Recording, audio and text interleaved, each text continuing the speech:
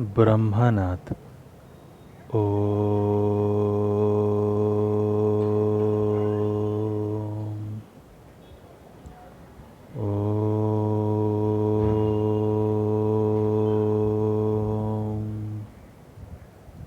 शांति शांति शांति स्वस्थ।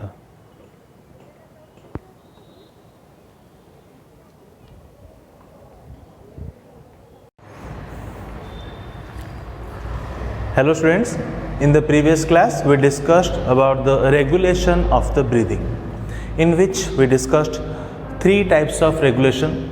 First we discussed the neural control, then we discussed the chemical control, and lastly we discussed some other factors that affects the breathing. In the neural control of breathing we discussed the respiratory center, we discussed the respiratory center first we discussed, next we discussed the pneumotaxic center, next we discussed the vagus nerve, and finally the Herring-Brewer reflex. Okay. In the chemical control we discussed the effect of CO2 on the rate of respiration, effect of oxygen, then we discussed the effect of pH. Finally we discussed the other factors such as temperature, emotion and pain, high altitude, etc. So in the the respiratory center we discussed that it is present in the medulla oblongata, in which it consists of inspiratory center and the expiratory center. Inspiratory center is concerned or related to the inspiration process, means taking in of the oxygen, whereas the expiration or the expiratory center is related to the expiration process, in which we eliminate the CO2. We discussed that if the inspiratory center is being active, then expiratory center is deactivated. If the expiratory center is being active, then the inspiratory center is being deactivated. Like this we discussed. Next we discussed the pneumotaxic center, which is present in the pons varolii region, which causes the expiration. Further we discussed the vagus nerve, which innervates with the lungs and which helps in inhibiting the inspiration process. Further we discussed the Herring-Brewer reflex action, in which we discussed that it is the mechanism, or we can say it is a prevention mechanism, which prevent from excessive inflation of the lungs. Further we discussed the various chemical controls such as your carbon dioxide, which is directly proportional to the rate of the respiration. Means if the level of the carbon dioxide increases, then the rate of respiration also increases, and vice versa. Whether the oxygen level, or we can say the concentration of oxygen, is inversely proportional to the rate of respiration. Means if the oxygen level increases, then the rate of respiration decreases, and vice versa. Further we discussed the effect of pH. The pH of the blood is inversely proportional to the CO2 concentration, or we can say if the pH level in the blood increases, the rate of respiration decreases. Okay. Further we discuss so many other factors such as your increasing temperature in case of fever. Heavy exercise also increases the rate of breathing. During the emotion and pain also it increases the rate of breathing. At the high altitude, as the oxygen level is quite low, so that's why also the rate of breathing increases. Okay. So like this we discuss so many points, and also we discuss the rate of breathing, such as in the frog it is 80 times per minute, in the rabbit 35 to 36, in the man adult case we can say, or simply the men, 12 to 18 times per minute, and in the newborn baby it is 40 times per minute. By which we came to end of the complete first year long question, that is your mechanism of breathing.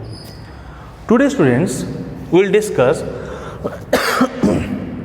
our new topic, or we can say till now we discussed the mechanism of breathing, means the physical activity, how the various physical activity are being done during taking in of the oxygen and eliminating out of the carbon dioxide.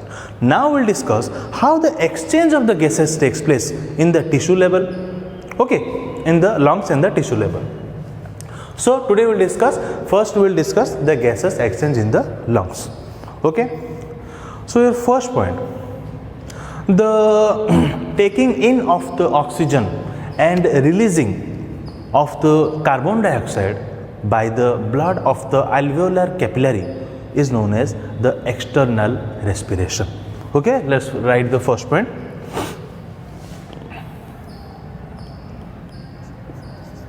Taking in of O2 and releasing CO2. I am not writing O2 means oxygen, CO2 means carbon dioxide. Okay, releasing CO2 by the blood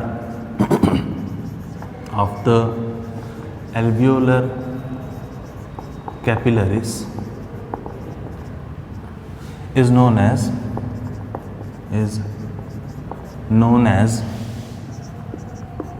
external respiration. Is known as external respiration. Okay. So till now the students we discussed means how the first we discussed the mechanism. Now we have to discuss how the gases exchange being takes place. Okay, we have discussed up to how much, up to this much means during inspiration, how means by passing the various the air path, how from the external environment passing first from the nostrils, how it reaches to the alveolar air or the alveoli. This one is the alveoli, how it reaches, and how by the help of the expiration from the alveoli it goes out to the out of the body. So this much we discuss in the mechanism breathing. Today we'll discuss how the exchange takes place, means how the O2 is coming and how the CO2 is being eliminating out. So firstly you should know this one is an alveoli, this one is your, we can say, the alveolar capillaries. Okay, so first what we have written, taking in of the O2, and releasing out the CO2, okay, by the blood of the alveolar capillary. Alveolar capillary means the capillary that are associated with the alveoli. By the blood of the capillary is simply known as the external respiration. Okay, next point. Another important term you should know, that is your partial pressure. What is partial pressure? The partial pressure means the pressure exerted by an individual gas. Here we are concerned about the two gases, the O2 and the CO2. We are not denoting with any other gases, because now here we are denoting only two gases, O2 while inspiration and CO2 while expiration. So we can say the partial pressure means what? The pressure exerted by the individual gases are called partial pressure. Okay. The pressure exerted by the individual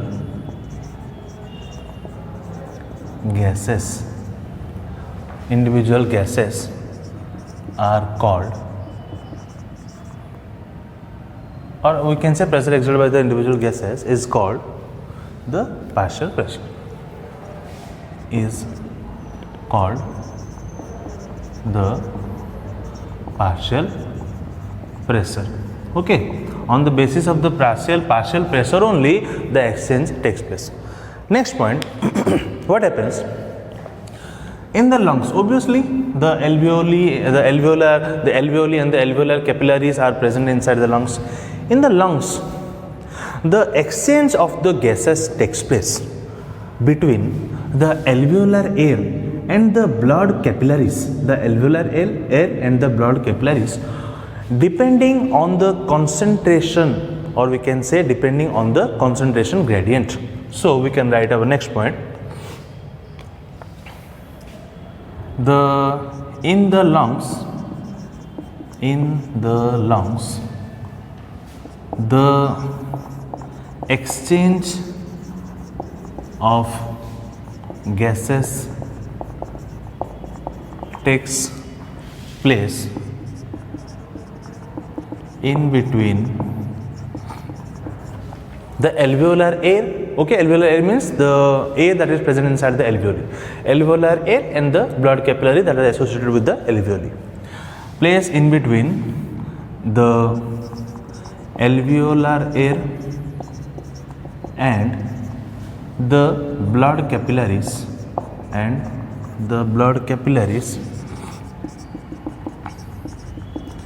depending on the concentration gradient.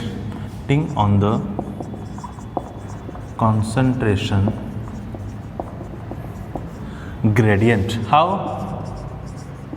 Always remember the flow of the air takes place always from the high concentration to the low concentration. Always you remember the flow or the diffusion takes place always from the high concentration level to the low concentration level. Always remember. Okay, next, your next point is the diffusion. Okay, the rate of the diffusion is directly proportional to the partial pressure of the gases on the both the sides. So we can write the rate of diffusion, the rate of the diffusion is directly proportional to the partial pressure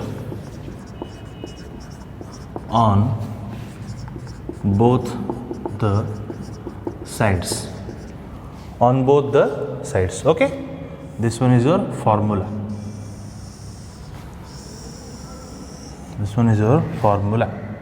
Okay,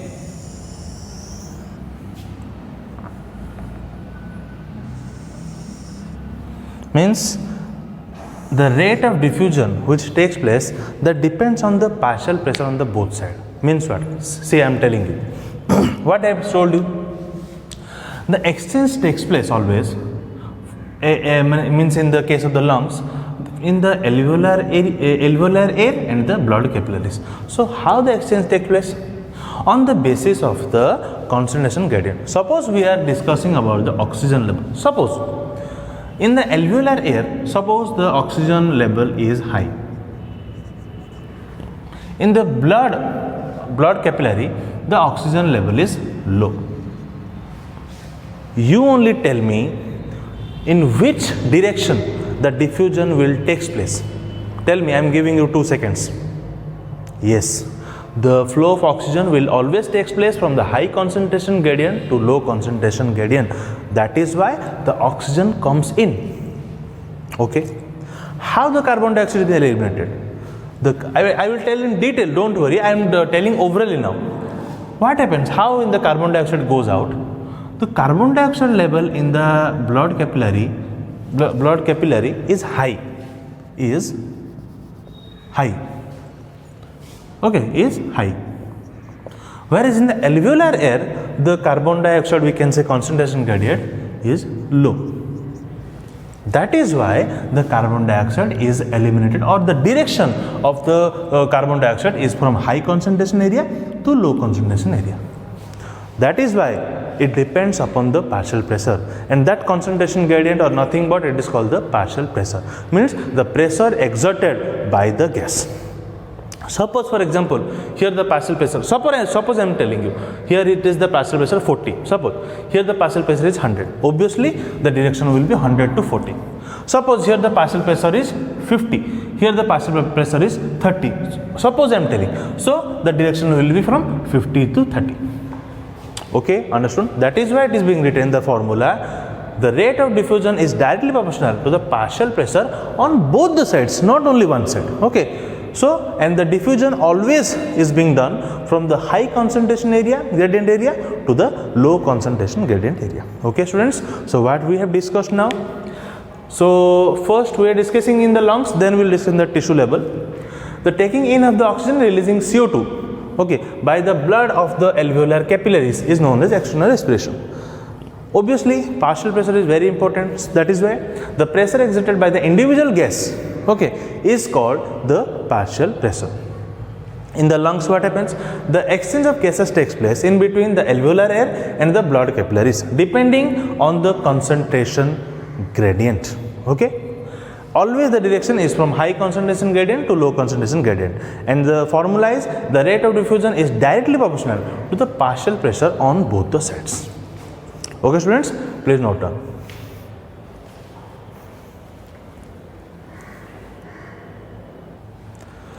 Next we'll discuss student how the gaseous exchange in the lungs takes place in the case of the oxygen and also in the case of the carbon dioxide. What we discuss student, the exchange in the lungs takes place in between the alveolar air and the alveolar blood capillaries. So first write down that alveolar air and the alveolar blood capillaries. Okay, we discussed that exchange takes place in between this. And what is the main mode that is by the diffusion takes place? That is your concentration gradient or the partial pressure. So what happens students, in the alveolar air the partial pressure of oxygen is 100 mm of Hg. What is 100 mm of Hg? That is the unit. Okay, so first the partial pressure of O2, or we can write PO2, is how much? 100 mm Hg. Okay, how much? 100 mm of Hg. What is the PO2? Is the 100 mm of Hg. And the partial pressure of the oxygen in the alveolar capillary is how much? That is, we can say the 40 mm of Hg. So we can write here partial pressure of oxygen, that is, we can say the PO2 is nothing but the 40 mm of Hg. Okay students, then you only tell me from which direction to which direction the flow will take place. Obviously from the high direction to the low direction. Okay, from the high concentration to the low concentration. So always 100 means this one is high, 40 means this one is low. Obviously the direction will be in this direction, means the flow of oxygen will be from alveolar air to the alveolar blood capillary. How much? Till it reaches, or we can say till the PO2 reaches, till the PO2 reaches up to 95 mm of Hg. Okay, remember. Similarly, we'll discuss, so in this direction the exchange of O2 takes place. That is why the O2 comes in, or it comes from the alveolar air into the blood capillary in the lungs level. Now, how the CO2, the exchange take place? Similarly, we will write the alveolar air and the alveolar blood capillary, alveolar blood capillaries. Okay. Similarly, the partial pressure of O2, means the partial pressure of the CO2 in the alveolar air is 36 mm of Hg, whereas in the case of the alveolar capillary it is being, we can say, the 46 mm of Hg. That is why the flow of the carbon dioxide takes place from the alveolar blood capillary into the alveolar air. Okay, up to how much? Till it reaches 40 mm of Hg. So our next point, partial pressure of CO2, that is PCO2, is in the alveolar air is 36 mm of Hg, whereas the partial pressure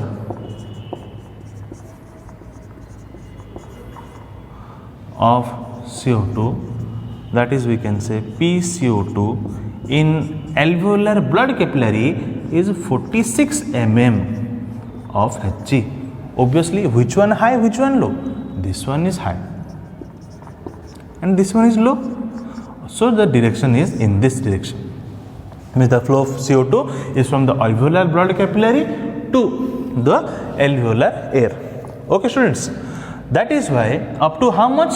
Till the PCO2 in the alveolar air region reaches up to 40 mm of Hg. 40 mm of Hg. 40 mm of Hg. Okay, clearly you understood how the in the lungs region we are discussing in the lungs region, then we will discuss in the tissue level. Okay. In the lungs region, we discussed that the exchange takes place in between the alveolar air and the alveolar blood capillary. How the diffusion takes place? By the depends on the concentration gradient. Okay, from high concentration to the low concentration. How the oxygen takes place, the flow takes place in the alveolar layer. The partial pressure of the oxygen is 100. The partial pressure of oxygen in the blood capillary is 40 mm of Hg. That is why the flow of the oxygen is from alveolar air up to the alveolar blood capillary till it reaches the 95 mm of Hg. Similarly, the CO2, the partial pressure of the CO2 in the case of the alveolar blood capillary is 46, whereas in the alveolar air the PCO2 is 36 mm of Hg. So the flow of the carbon dioxide is from the alveolar blood capillary to the alveolar air till it reaches 40 mm of Hg. Okay, students. Even last final we can say the formula is partial pressure of a gas is calculated by 760 into the percentages of the gas divided by 100. So we can write partial pressure of a gas equal to the 760 into percentage of gas by divided by 100. Okay, this formula you should remember. Okay.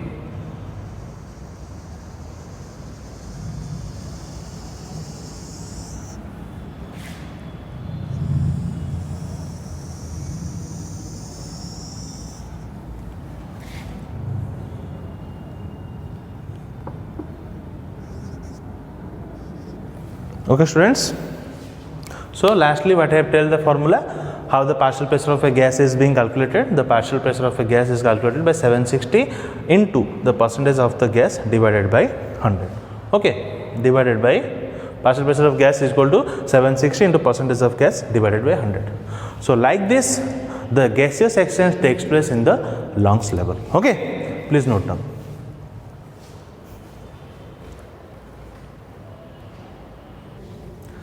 Now students, the second part, that is your gaseous exchange in the tissue level. First we discussed how in the lungs level the exchange takes place. Now we will discuss how in the tissue level. This one is your cells. These are your various cells. Okay. How in the tissue level the exchange of the gas takes place. Obviously, the respiration process, where it happens, okay, by the, we can say it is the metabolic activity of the cell. Okay. So next point, your first point, here the exchange of the gases takes place in the tissue capillaries and the protoplasm. Protoplasm you know already, it is the physical basis of the life. Okay, so now the exchange takes place between the tissue capillaries and the protoplasm. Okay, students. So we will discuss how the flow of the gases takes place. The partial pressure of the oxygen in the case of the tissue capillary is about 95 mm of Hg, whereas the partial pressure of oxygen in the protoplasm, it is your 40 mm of Hg. Okay, so we can write partial pressure of oxygen or the PO2 is 95 mm of Hg. whereas in the case of the protoplasm it is 40 mm of Hg, whereas the partial pressure of oxygen, that is your PO2, is around, we can say, 40 mm of Hg. Okay, so obviously the direction will be from the tissue capillaries into the protoplasm. So as this one is high and this one is low, the direction will be from the high concentration gradient to the low concentration gradient. Okay. Similarly, the tissue capillaries have the CO2 or the partial pressure, how much? 36 mm of Hg, whereas in the case of the protoplasm it is 52 mm of Hg. That is why the flow of carbon dioxide is from the protoplasm to the tissue capillaries. So we can write the partial pressure of CO2, that is we can write PCO2, is around 36 mm Hg. Okay, whereas in the protoplasm it is the partial pressure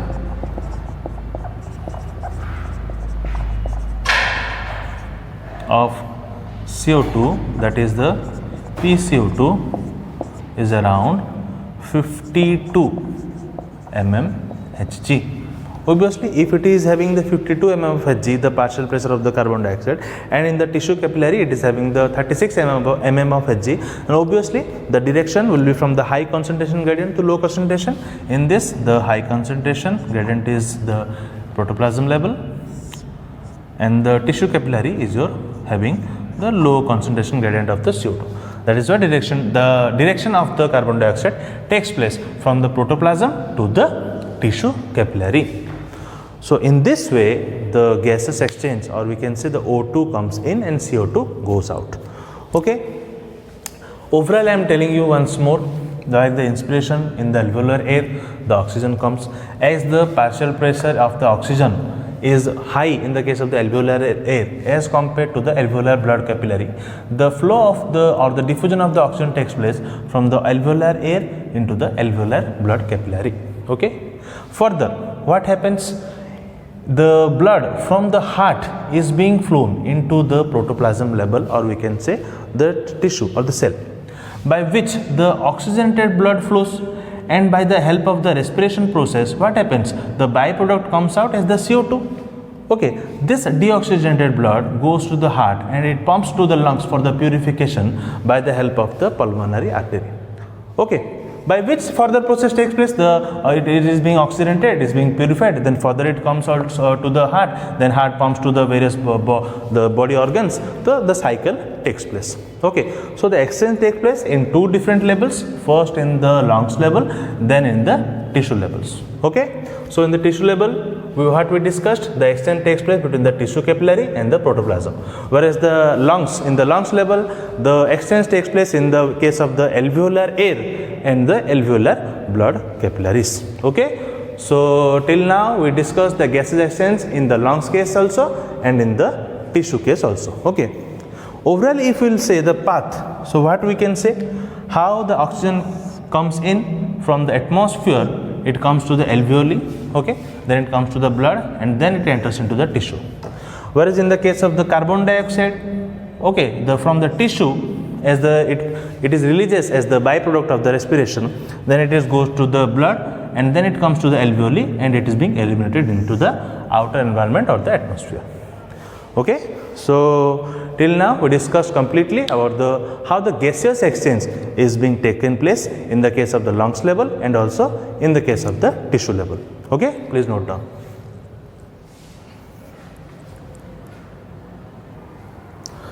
Now students, we will discuss the various lung volume and the capacity. Means what? As the lungs is capacity to having input we can say the entering the air inside and also expanding, then also elimination of the CO2 takes place, means how much volume it can hold, how much is the maximum capacity that the lungs can be hold, or the capacity up to the maximum level that it can sustain, that is known as your lungs volume and capacity. And the instrument which measures the lungs volume and the capacity, this could come as your 1 mark objective also. That instrument is known as your spirometer. Okay, that instrument is known as your spirometer. Okay, so now first we'll discuss the lungs volume, then we'll discuss the various lungs capacity. So first in the lungs volume we'll discuss the tidal volume, or the short form is TV. Okay, it is the volume of the air inspired or expired in the quiet respiratory cycle. Means it is the normal respiration, or we are taking in oxygen, we are eliminating out the CO2. Means in normal, not we are doing any sort of pressure or forced breathing. In normal respiration, how much quantity of the air or oxygen we take in and the CO2 we liberate out, that is known as your tidal volume or the TV, and the amount is known as your 500 ml. The amount is your 500 ml. Next, the inspiratory reserve volume or the IRV. It is the extra volume of the air that can be inspired during the forced breathing after the normal inspiration. Normal inspiration we do. After that, how much we can forcefully take in the air, that is known as your inspiratory reserve volume. It is the extra volume of the air that can be inspired during the forced breathing after the normal inspiration, and it can be about 2000 to 3000 ml. Means after that 500 ml, more 200 to 3000 ml of inspiration we can do. Okay. Similarly, the expiratory reserve volume or the ERV, similarly the expiration takes place how? It is the extra volume of the air that can be expired during the forced breathing after a normal expiration. That was the IRV was in the case of the after normal inspiration. The ERV is the after the normal expiration, how much amount of more we can say expire the air during the forced breathing. Okay, so it is the extra volume of the air that can be expired during the forced breathing after the normal expiration. Next, the residual volume or the RV, the volume of the air remaining in the lungs after a maximal expiration. Means what? We have done the maximal expiration, but obviously all the air is not passed into the, or we can say eliminated out of the body. Okay, that air that present inside the lungs after the maximal expiration, that is known as your residual volume. So the volume of the air remaining in the lungs after a maximal expiration is known as your RV or the reserve volume, residual volume, and its amount is about 1000 ml to 1500 ml. Okay, next, the anatomical dead space. What is that? The volume of the air remaining in the respiratory tubes of the conducting zone following the inspiration. When we do the inspiration, not all, or we can say every single bit of the air is coming into the lungs. Some air is also remained in the respiratory tract of the tube.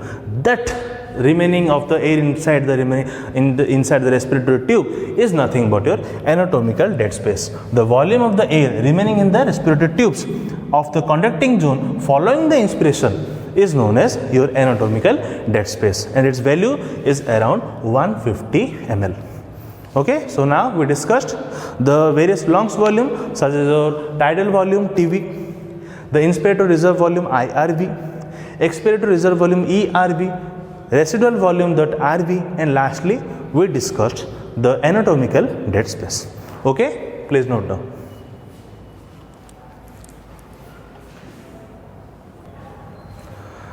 Now students, finally we'll discuss the last portion, that is your lungs capacity.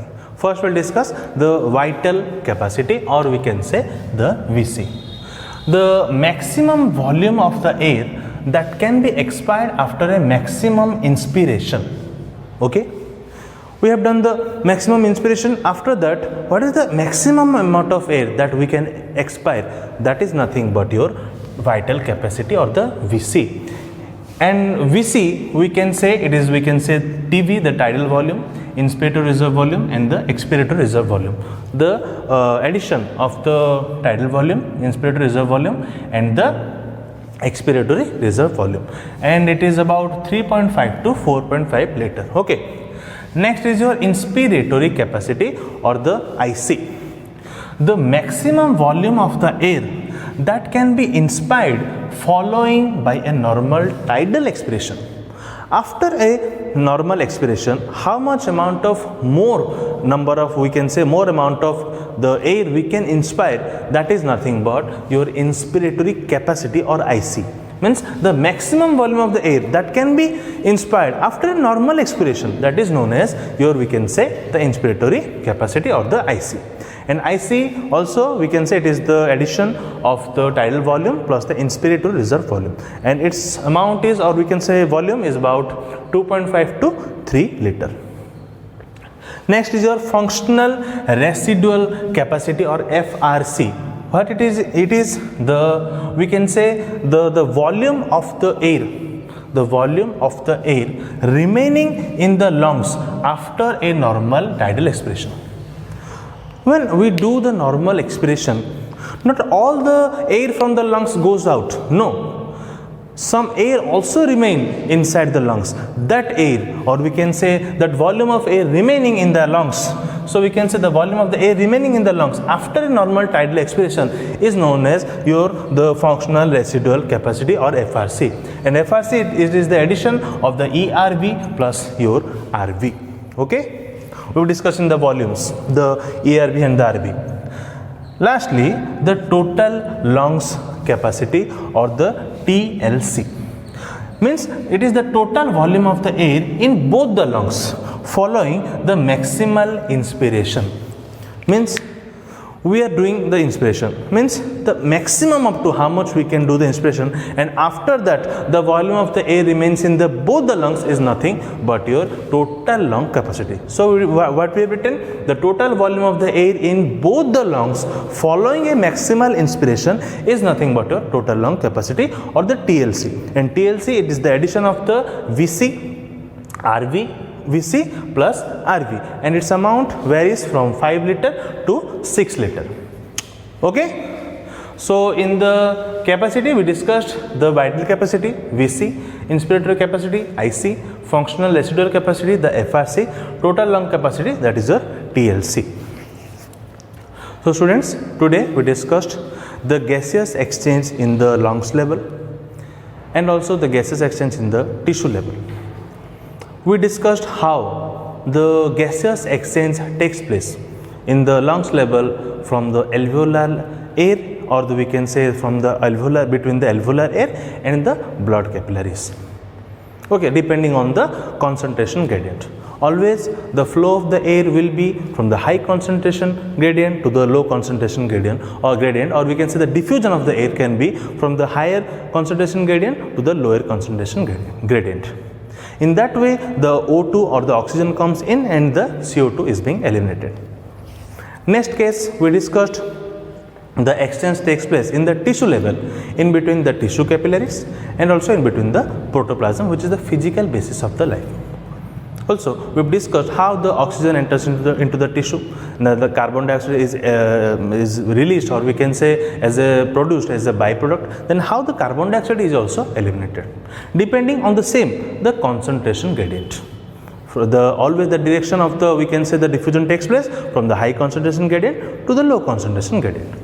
And lastly, we discussed the lungs volume and capacity, and the instrument which measures the lung volume and capacity is nothing but your, we can say, the spirometer. And after that we discussed number of the lungs volume and also the various lungs capacity. So that's all for today. We will meet in our next class. Thank you.